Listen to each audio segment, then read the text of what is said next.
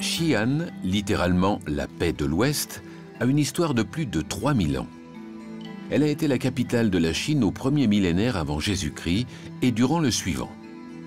Xi'an était positionnée à l'extrémité est de la route de la soie, ce qui montre l'intérêt que portaient les Chinois aux civilisations voisines comme celle de l'Inde ou de la Perse. C'est par cette route qu'ont transité non seulement les produits commerciaux, mais aussi les cultures et les religions. Aujourd'hui, Xi'an compte plus de 8 millions d'habitants et se classe dans les 10 plus grandes villes chinoises.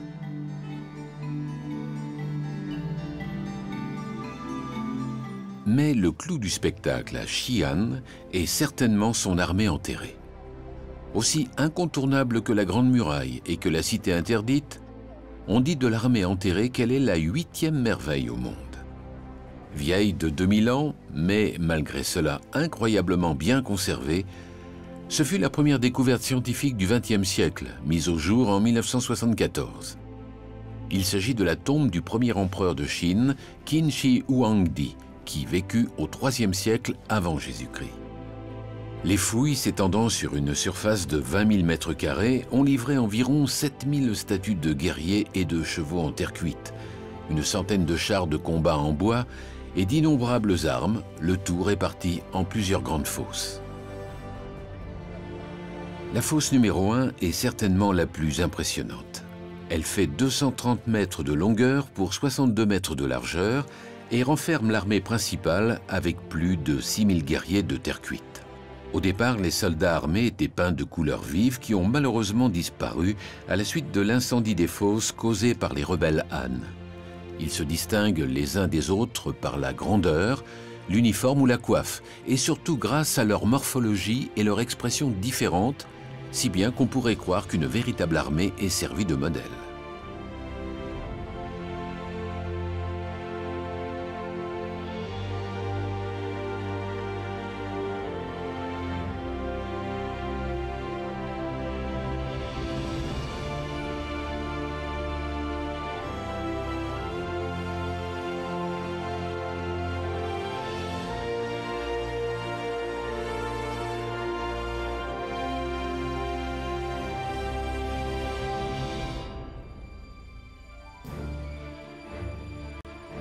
La fosse comporte 11 couloirs de 3 mètres de largeur qui étaient enterrés sous une couche d'argile afin d'en parfaire l'étanchéité.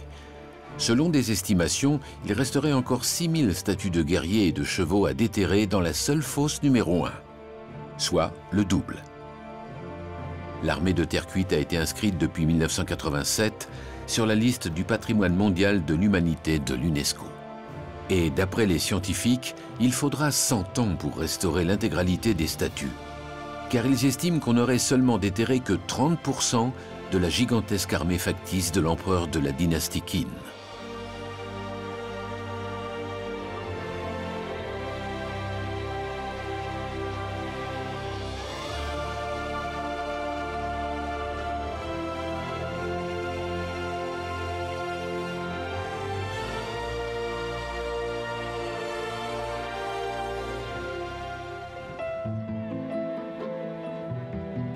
De larges bâtiments ont été édifiés pour protéger ces fosses. L'un d'entre eux abrite une grande quantité de chars. On y voit les attelages guerriers de l'époque qui pourfendaient les lignes ennemies. Les chariots faits de bois ont disparu avec le temps, ils ont été restaurés avec un grand savoir-faire. Les chevaux d'argile, eux, n'ont pas pris une ride. Certains attelages de bronze paraissant blindés apparaissent également sur des reliefs.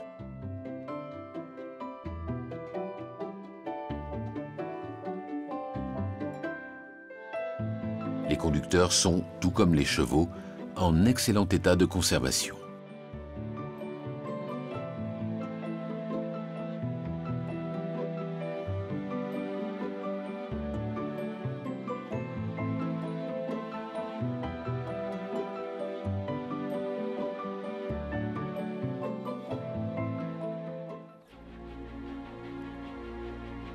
L'enfouissement de cette armée d'argile a été ordonné en 246 avant Jésus-Christ, alors que le premier empereur venait de monter sur le trône. Il avait alors 13 ans. La construction de cette merveille nécessita 35 années de travaux et près de 700 000 artisans ont collaboré à l'œuvre. La fosse numéro 2 renferme 1400 sujets, des cavaliers à côté de leurs chevaux et des fantassins. Ils étaient à l'origine recouverts par un toit en bois recouvert par une couche de terre. Mais le toit s'est affaissé en de nombreux endroits et la fosse a de plus subi des incursions destructrices de rebelles qui ont incendié et détruit de nombreuses statues. Ici, les guerriers et les chevaux ne sont pas partout en parfait état et sagement alignés.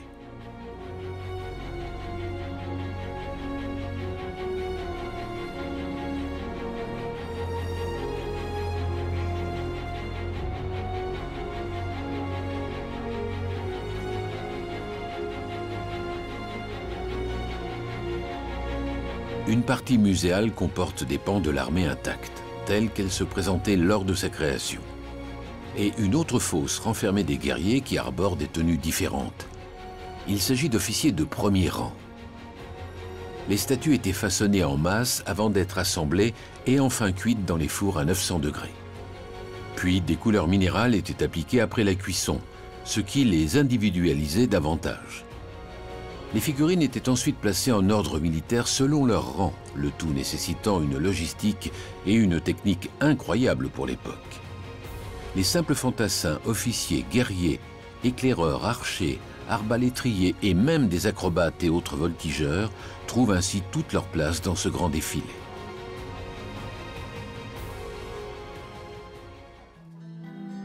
L'armée factice et immortelle était destinée à veiller sur la nécropole de l'empereur en l'accompagnant dans sa mort. Aujourd'hui, ce sont quelques 600 fosses d'accompagnement qui ont été repérées. La fosse numéro 3 contient 68 soldats, un char et 4 chevaux. C'est un poste de commandement avec ses officiers de haut rang. Les figurines mesurent entre 1,70 m et 1,85 m et sont donc plus grandes d'une tête que les soldats de l'époque. Ces soldats sont ordonnés en corps d'armée tournés vers l'est, chacun portant une arme en bronze, épée, arc ou arbalète, parfois recouverts de chrome, les rendant encore affûtés. Mais les armes ont par la suite été soit volées, soit exposées dans divers musées ou stockées à l'abri des regards, ce qui explique que la grande majorité des statues aient les mains vides. De plus, les fouilles sont loin d'être terminées et seule une petite partie des figurines a été réassemblée.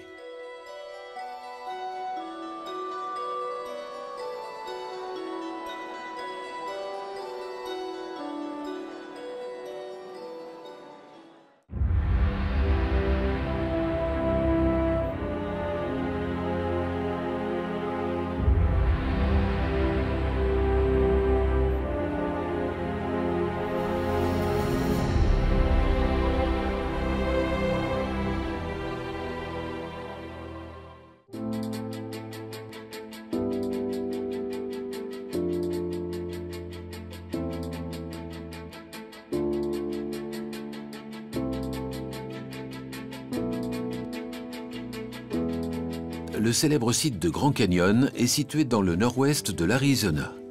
Son parc national a été fondé en 1919 et il couvre un territoire protégé de 4 927 km². C'est sa diversité et sa singularité naturelle et paysagère qui l'ont fait reconnaître patrimoine mondial de l'humanité par l'UNESCO en 1979.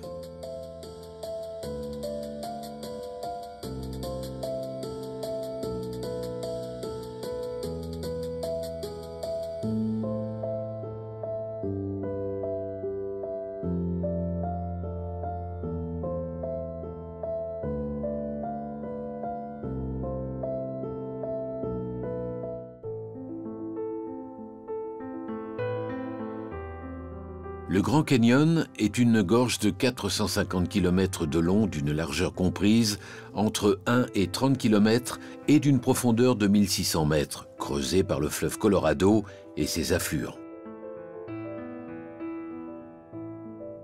C'est un gigantesque musée géologique où presque la moitié de l'histoire de la Terre, soit 1,7 milliard d'années, est visible. En effet, le fleuve Colorado, en creusant son parcours à travers la région depuis environ 5 ou 6 millions d'années, a mis au jour les différentes couches géologiques du sous-sol nord-américain.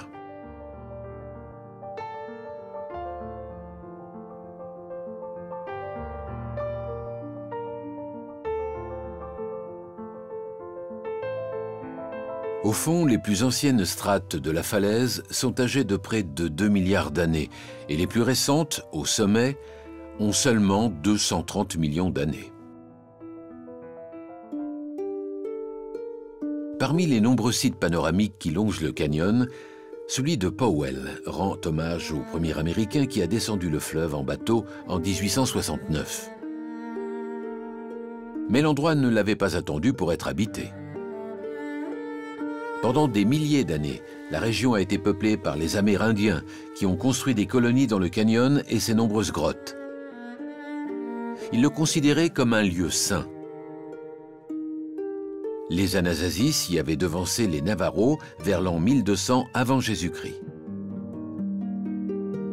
Le premier Européen connu pour avoir vu le Grand Canyon était Garcia López de Cardeñas, un conquistador espagnol arrivé ici en 1540 à la recherche des 7 cités d'or. Aidés de guides indiens, ils ne sont pas descendus au fond de la gorge. Il fallut attendre 1826 pour qu'un groupe de trappeurs mené par James Ohio Patty atteigne enfin les flots du Colorado.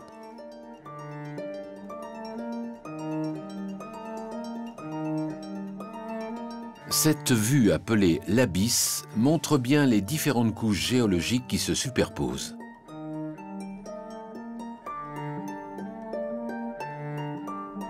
Ces roches sont des schistes et des grès.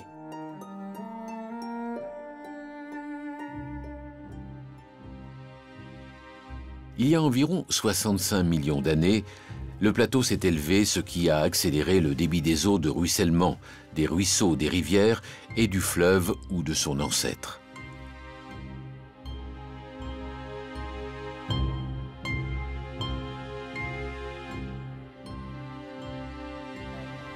Puis le golfe de Californie s'est ouvert il y a près de 6 millions d'années, ce qui a encore accéléré le cours du fleuve en le rendant plus pentu.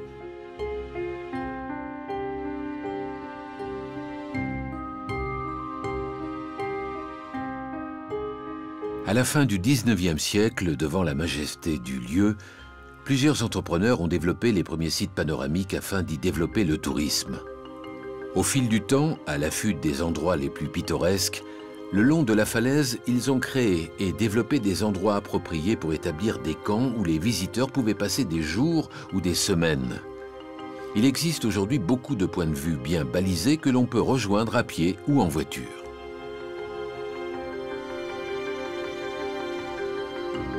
Les points de vue de Mater portent le nom du premier directeur du département des parcs nationaux américains.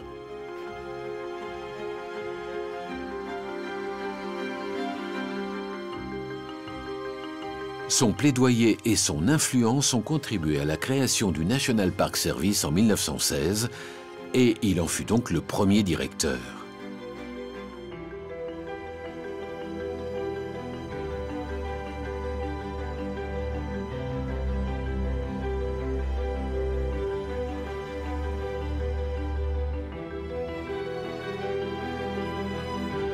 À Moran Point, on aperçoit bien les 3 principales couches de roches du Grand Canyon.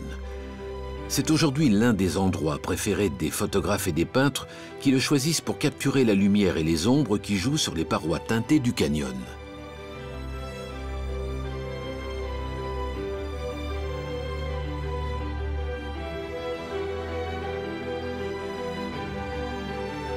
Si Navarro Point, lui, nous rappelle que cet endroit était vénéré des Indiens, cette merveille de la nature qu'est le parc est aujourd'hui fréquentée chaque année par près de 5 millions de visiteurs.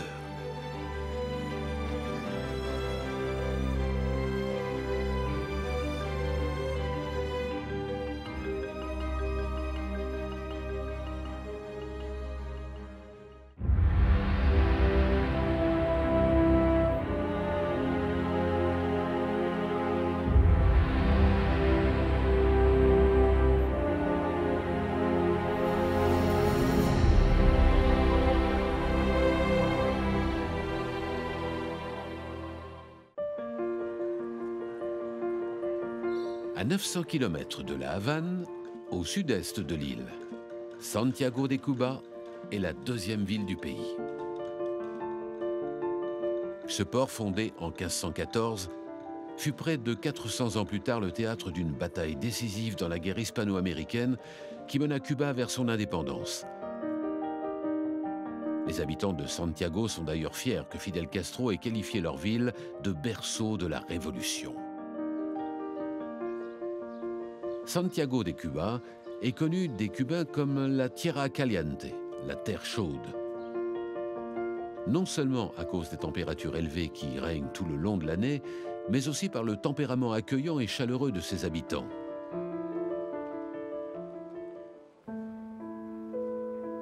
Le Parque Céspedes, appelé aussi la place de la cathédrale, représente le cœur de Santiago.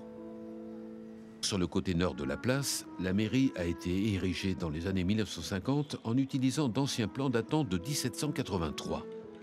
C'est de son balcon que dans la nuit du 2 janvier 1959, Fidel Castro annonça le triomphe de la révolution cubaine.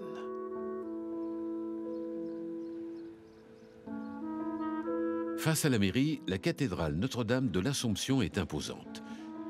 Une première cathédrale avait été construite vers 1520, mais elle fut à plusieurs reprises pillée par les pirates, puis détruite et reconstruite plusieurs fois à cause des tremblements de terre.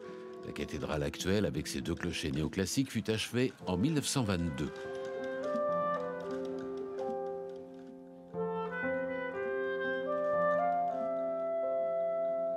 À gauche de la cathédrale se trouve la demeure la plus ancienne de Cuba, datant de 1522.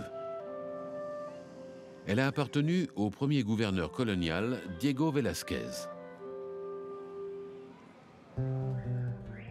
Vers 1850, à Santiago de Cuba, apparaissent les trovadores, les troubadours, qui sont des auteurs-interprètes chantant seuls ou à plusieurs, des habaneras, des punto guariros, des guarachas ou des boléros, et qui allaient de ville en ville. L'ensemble de ces registres musicaux plutôt romantiques s'appelle la trova. À Santiago de Cuba se trouve la Casa de la Trova, où se retrouvent encore ces chanteurs, parfois accompagnés de musiciens.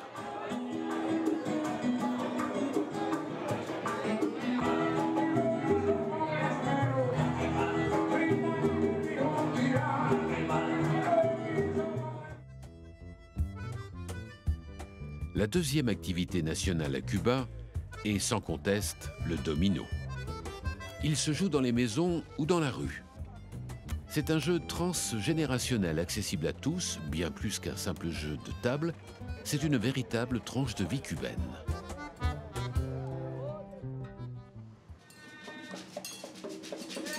La place des Douleurs est l'ancienne place du marché de la ville.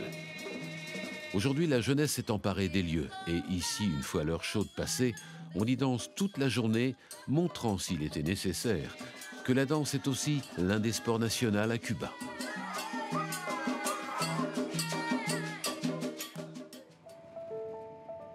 La Plaza de Marte, comme son nom l'indique, est dédiée à Mars, la divinité guerrière par excellence. L'endroit accueillait d'abord les parades militaires et on y assistait aux exécutions des condamnés à mort. Réaménagé en 1940, au centre, plusieurs sculptures commémoratives ont été placées en hommage aux héros des guerres d'indépendance ou révolutionnaires, comme ici celle de Camilo Cienfuegos. La colonne des anciens combattants qui domine l'espace est coiffée d'un bonnet phrygien bleu, blanc, rouge. C'est le symbole de l'unité, de l'indépendance et de la souveraineté de la République. Non loin, le musée Bacardi, lui aussi de style néoclassique, est le plus ancien musée de Cuba. Emilio Bacardi Moro, qui vécut de 1844 à 1922, était un écrivain et il fut le premier maire de Santiago après l'indépendance. Juste à côté, le palais du gouvernement provincial date lui aussi du début du XXe siècle et a été construit par le même architecte que celui du musée Bacardi.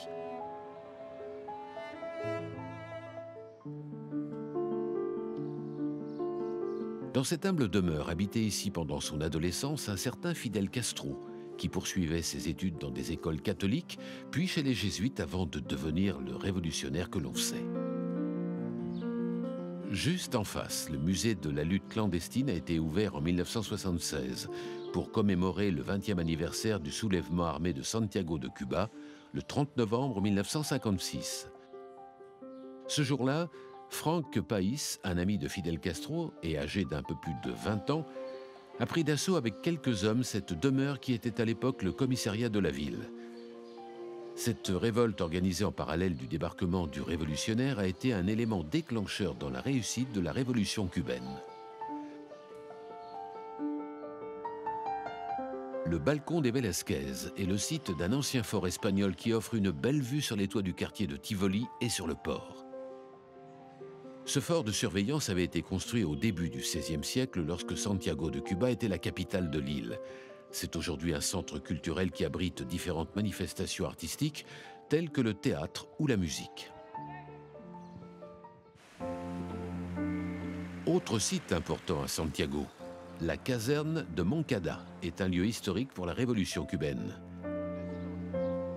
Cette caserne, aujourd'hui transformée en école et en musée, a été la cible de la première attaque d'un petit groupe de révolutionnaires armés et mené par Fidel Castro le 26 juillet 1953. Le jeune avocat, entouré d'une poignée d'hommes, voulait renverser le dictateur Batista mis en place par les États-Unis un an plus tôt. Ce fut un cuisant échec et la majeure partie des révolutionnaires fut exécutée sommairement. Castro, lui, prisonnier, fut gracié 2 années plus tard. Le musée retrace cet assaut raté, mais qui déclencha la révolution cubaine qui conquit finalement le pouvoir en 1959.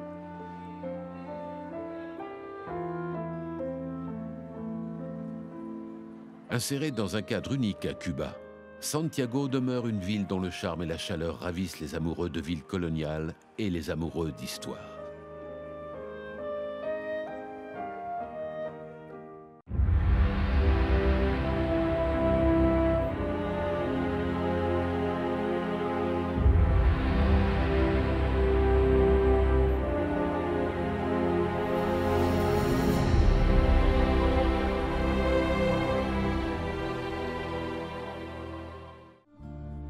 Située sur la rivière Moskova, Moscou est la capitale de la Fédération de Russie.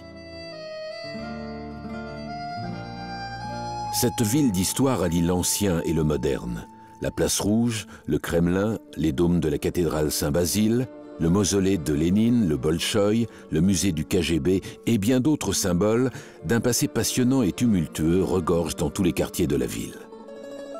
À Moscou, la perle architecturale a toujours été et reste de nos jours le Kremlin.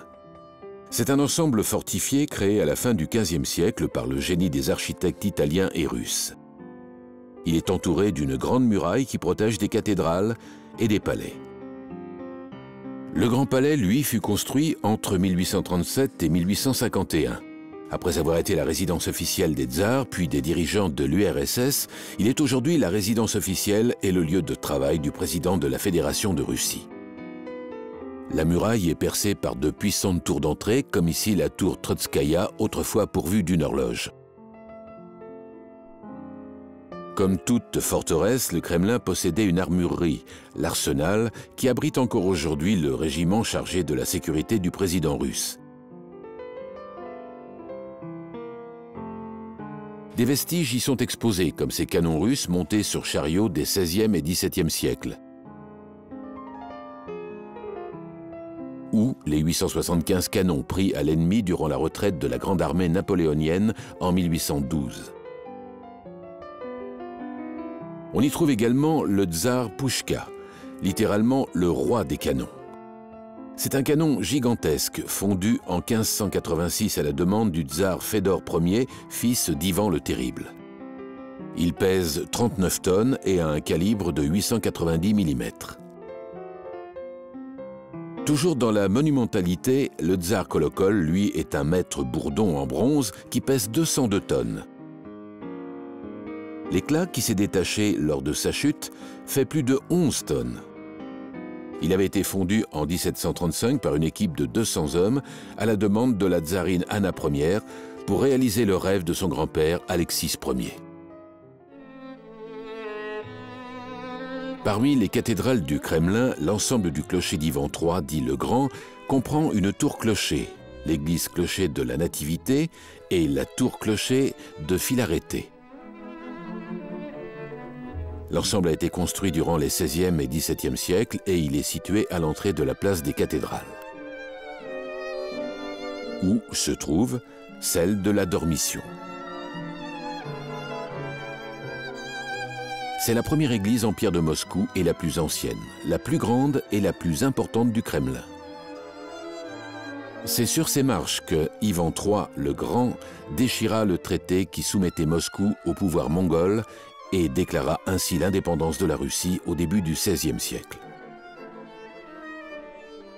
Cette église marque également l'accession de Moscou au statut de siège de l'église orthodoxe russe. À l'intérieur, l'iconostase et les peintures qui ornent ces murs, essentiellement du XVIIe siècle, sont particulièrement remarquables. L'aspect Renaissance vénitienne marque beaucoup l'extérieur de la cathédrale de l'Archange Saint-Michel, même si les bulbes dorés viennent nous rappeler que l'on est en Russie. Édifié au début du XVIe siècle, son portail central est surmonté par un fronton circulaire entièrement recouvert de peinture. Les victoires de l'armée russe étaient célébrées dans son enceinte où se trouve une iconostase en bois de 13 mètres de haut. Il ne reste que quelques fragments des peintures originales remontant à l'époque de Ivan le Terrible. En effet, elle fut repeinte au milieu du XVIIe par 92 grands maîtres russes dans le style des murs en pierre de la Renaissance. L'église sert aussi de nécropole des grands princes de Moscou et des premiers tsars, qui reposent ainsi sous la protection de Saint-Michel. Pour se rendre maintenant sur la place Rouge, il faut passer par les portes de la Résurrection. La première porte fut construite en 1535, mais démolie sous Staline pour faciliter l'accès à la place pour les véhicules militaires lors des parades. Le premier bâtiment qui saute aux yeux au fond de la place est la cathédrale Basile le Bienheureux. La cathédrale, construite en 1555, est aujourd'hui le symbole de l'architecture traditionnelle russe. C'est pour célébrer l'annexion de la Tatarie par les troupes russes que le tsar Ivan IV, dit le Terrible, ordonna sa construction. Les travaux ont duré 125 ans. Et l'édifice a connu de nombreux remaniements. Les escaliers furent couverts, les paliers surmontés de toits pointus et les bulbes ornés de motifs saillants. L'édifice est orné de 9 coupoles principales, chacune se distinguant des autres par sa forme, ses ornements et ses couleurs propres. La cathédrale est en fait composée de 9 églises séparées, chacune ornée d'une tour. Le nom Basile le Bienheureux vient d'un personnage qui pratiquait une forme de spiritualité très provocatrice. Toute sa vie, il vécut nu et d'aumône. Après sa mort, il fut inhumé à côté de l'église et on édifia en 1588 sur sa tombe une chapelle où venaient prier tous ceux qui sollicitaient la protection du défunt. Avec le temps, sa gloire et sa sainteté éclipsèrent le souvenir de l'annexion de la Tatarie et l'église fut dès lors de plus en plus souvent désignée sous le nom de Basile le Bienheureux. Plus tard, le tsar Fédor Ier plaça au-dessus des reliques du corps du saint une châsse d'argent pur couverte de dorures et de soieries qui fut pillée par les Polonais. Les restaurations effectuées sont très réussies. Retour sur la place Rouge. Le long de la muraille, la tour Spasskaya était autrefois l'entrée d'apparat du Kremlin. À sa droite se trouve le mausolée de Lénine, en granit rouge. Il a été achevé en 1930 et en son sein repose Vladimir Ilitch Lénine, le célèbre révolutionnaire et homme politique soviétique, mort en 1924. À côté, un petit cimetière est réservé aux autres dirigeants communistes. Depuis 1961, le corps de Joseph Staline, le célèbre dictateur, y est enterré à l'ombre de la muraille. On le voit, Moscou est certainement une ville empreinte et pétrie d'art. Peinture, architecture et histoire mouvementée se mêlent afin d'offrir aux visiteurs de grandes bouffées d'émotions.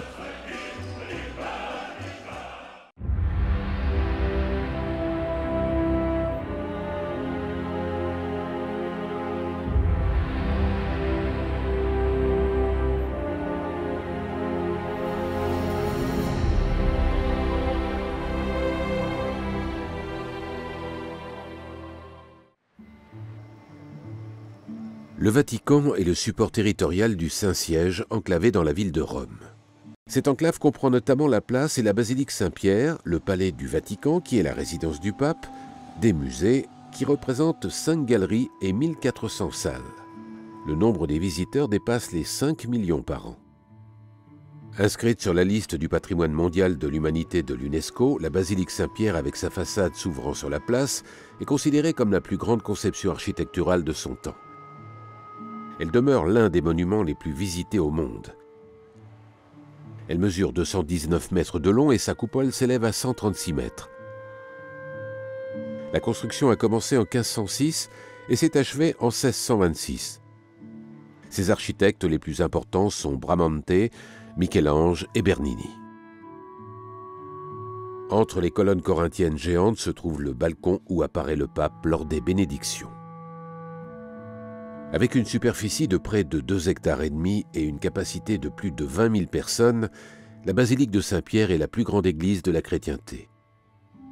Elle est aussi l'un des lieux les plus saints du christianisme, puisqu'elle abrite la sépulture de Saint-Pierre qui, selon la tradition, fut le premier évêque de Rome, donc le premier pape.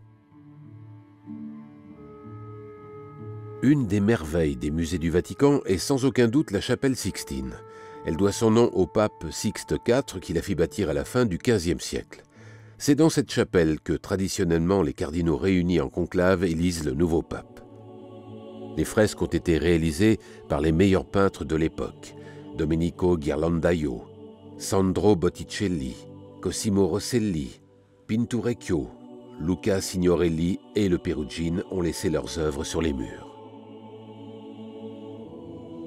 Comme ici, avec le passage de la mer Rouge de Ghirlandaio, ou le châtiment de Corée d'Athan et Abiram de Botticelli, le baptême du Christ du Perugine.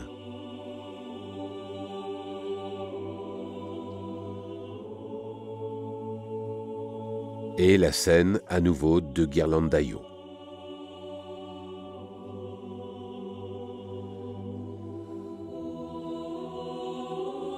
La voûte de la chapelle a été décorée de fresques par le maître des maîtres, Michel-Ange.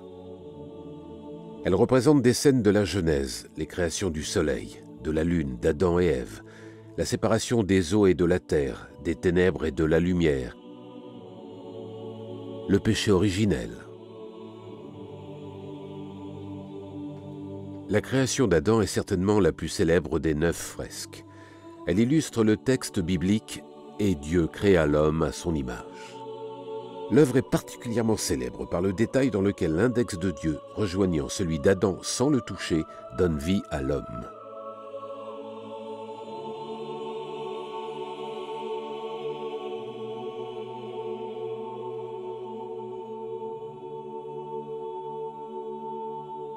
À la base de la structure, 7 prophètes et 5 sibylles siègent sur des trônes monumentaux et rédigent les textes sacrés. Ces représentations impressionnantes, qui démontrent une parfaite maîtrise du mouvement des corps et de l'anatomie humaine, ont radicalement transformé la peinture occidentale. Il a fallu 4 ans à Michel-Ange pour peindre entièrement le plafond de la chapelle Sixtine.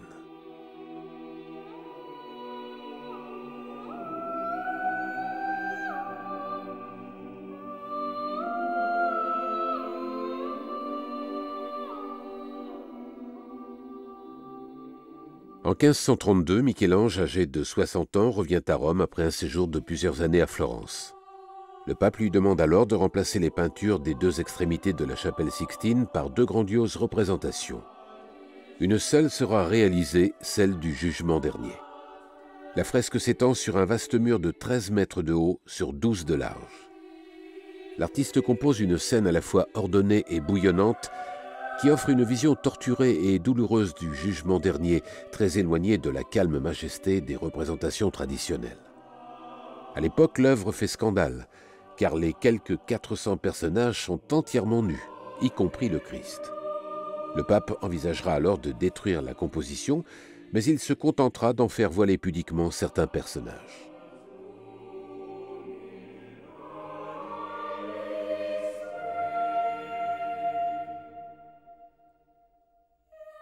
Assurément, l'un des plus grands peintres de l'histoire de l'art, Michel-Ange, aura une influence considérable sur ses contemporains. Sa manière de peindre et de sculpter sera abondamment reprise par les représentants de ce qu'on appellera le maniérisme de Renaissance tardive. Fils d'une modeste famille et fidèle à l'idéal platonicien, Michel-Ange était un homme mélancolique et très solitaire. Il ne se mariera jamais. Il mena une existence des plus simples et, contrairement aux autres artistes de son temps, il ne fut jamais avide de richesse. Il a été entièrement dévoué à son art.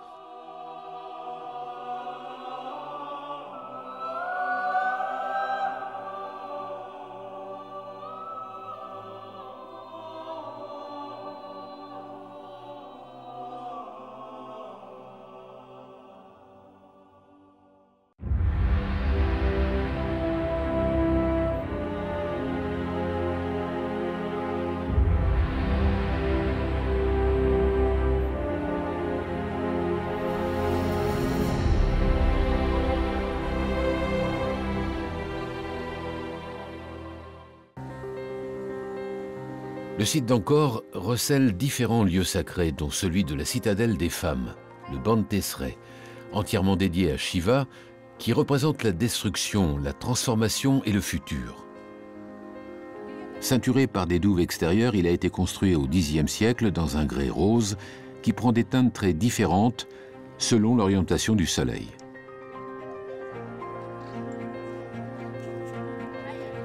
Contrairement au temple montagne, le Bantesrey est un temple plat qui possède 3 enceintes. Il est assez bien conservé et possède des sculptures d'une finesse exceptionnelle.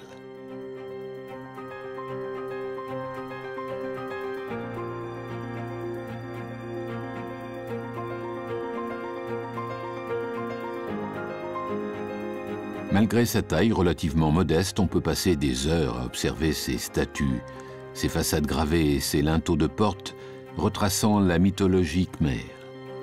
Quasiment de l'orfèvrerie sur pierre.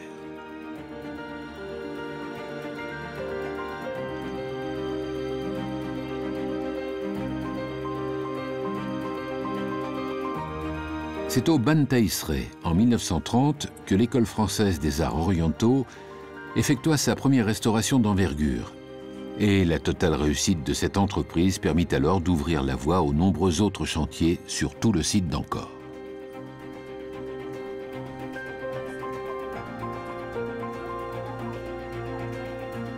Les sculptures et les statues sont tirées de la mythologie indienne avec de nombreuses représentations des scènes du Mahabharata et du Ramayana.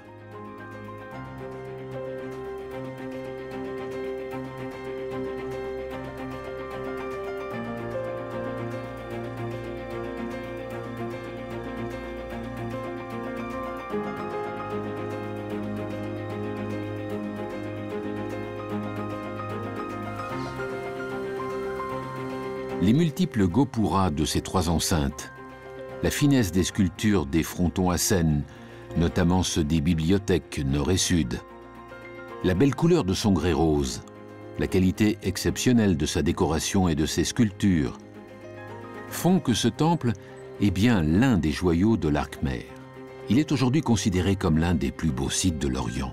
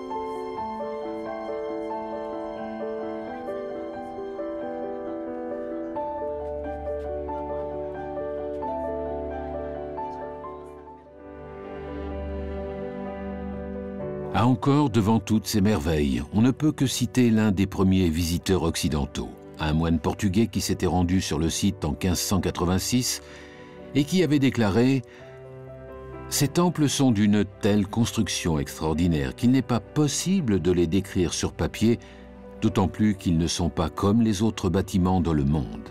Il y a des tours, des décorations et tous les raffinements que le génie humain peut concevoir. » De plus, cette région d'Angkor reste très tournée vers le mystique et la religion, car malgré l'abandon du site au XVe siècle et l'afflux des touristes, le temple d'Angkor Wat est resté un lieu important de pèlerinage.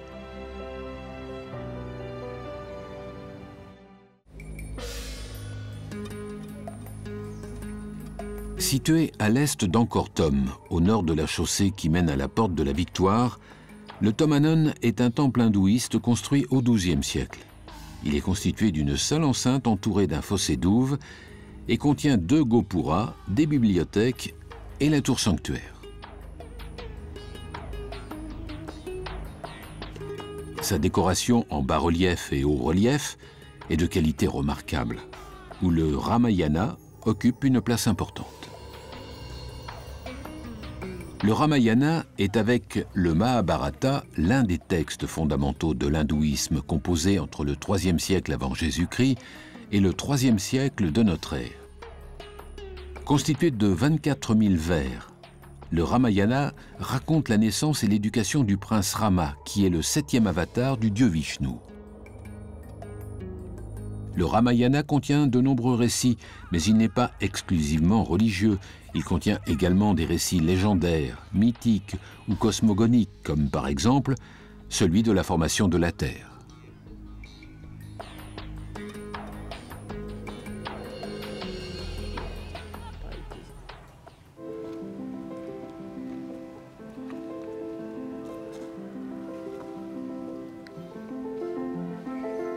De l'autre côté de la même chaussée qui mène à la porte de la Victoire de la cité d'Angkor Thom, le Chosai Tevoda date de la même époque que le Thom Hanon. Ce temple-montagne était également enserré dans une enceinte unique entourée d'un fossé douve, et il contient 4 gopuras aux 4 points cardinaux, des bibliothèques et la tour sanctuaire. Ici aussi, la décoration en bas-relief et haut-relief est de qualité remarquable et annonce le style d'Angkor Wat.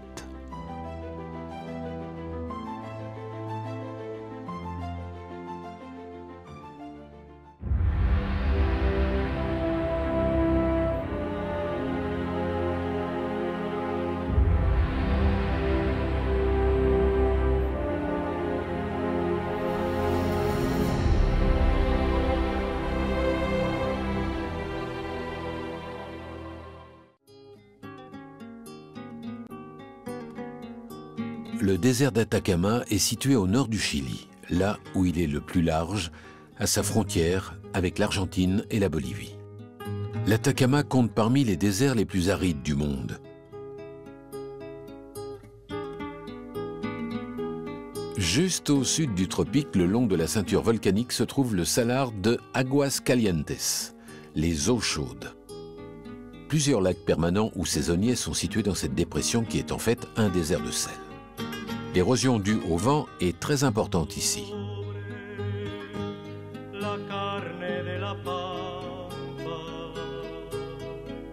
Les lacs sont approvisionnés en eau par une rivière qui descend du nord et dans lesquelles se trouvent des dissolutions de sel-gemme et de gypse, ce qui en fait une eau impropre à la consommation humaine et à l'agriculture.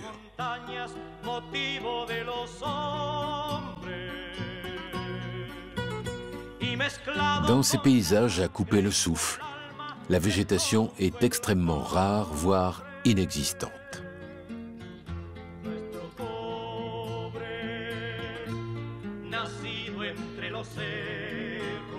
Elle se résume ici à de petites touffes d'herbacées que l'on nomme rica rica et qui évoquent le thym.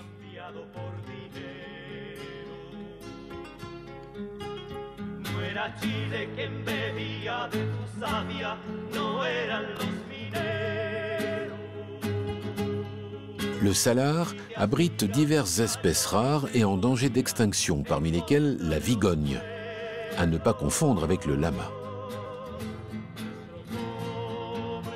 De la famille des camélidés sud-américains, il s'agit du plus petit de tous, avec une hauteur au garrot de moins d'1 mètre. C'est un animal impossible à domestiquer.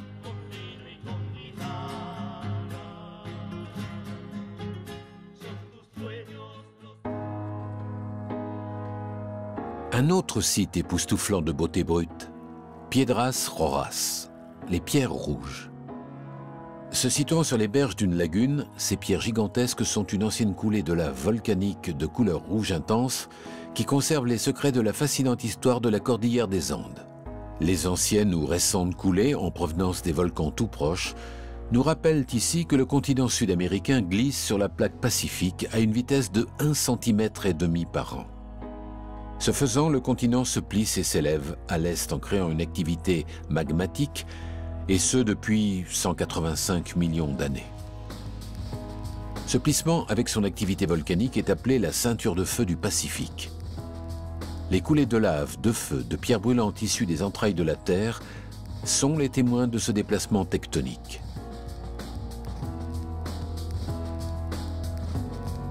Ici aussi, des milliers de touffes circulaires de Rica rica et de Para brava, la paille sauvage, qui est une graminée dorée très résistante, s'étendent dans tout le paysage de l'altiplano.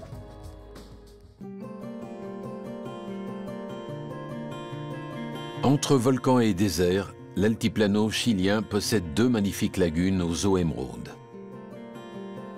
Les lagunes Miscanti et Miniques. À plus de 4200 mètres d'altitude, le bleu de ces eaux entre les montagnes est sidérant. L'air est pur et le silence est si intense qu'on peut l'écouter. C'est à cause de l'éruption du volcan Miniques que les 2 lagunes salées se sont formées il y a quelques milliers d'années. Les eaux de la lagune Miniques reçoivent l'eau de la Miscanti par des courants souterrains et la lave solidifiée retient l'eau. Les paysages sont magiques. La terre, l'eau, les volcans et le ciel forment un ensemble extraordinaire de couleurs et de silence qui plonge le visiteur dans une contemplation admirative.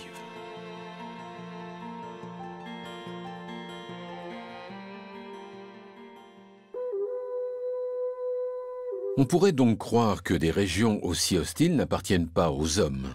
Mais le désert d'Atacama est riche en minerais, notamment le cuivre, le fer, l'or et l'argent. Il était également exploité pour ses grandes quantités de salpêtre, un élément crucial pour l'industrie chimique, en particulier pour la fabrication des engrais, de la poudre et des explosifs.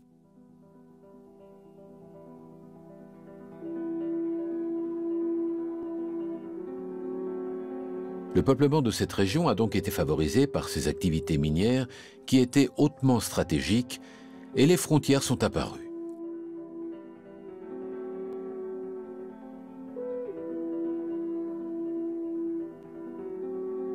En 1879, la guerre du salpêtre opposa la Bolivie et le Pérou au Chili. Vainqueur, le Chili priva la Bolivie de son unique accès à la mer en annexant la région. Les populations autochtones devinrent alors chiliennes après avoir été boliviennes et le Chili prohiba alors la coca et les langues indigènes. Mais tous les Atacameños sont des cousins en Bolivie ou en Argentine. Et là est la culture andine. Les frontières n'existent pas.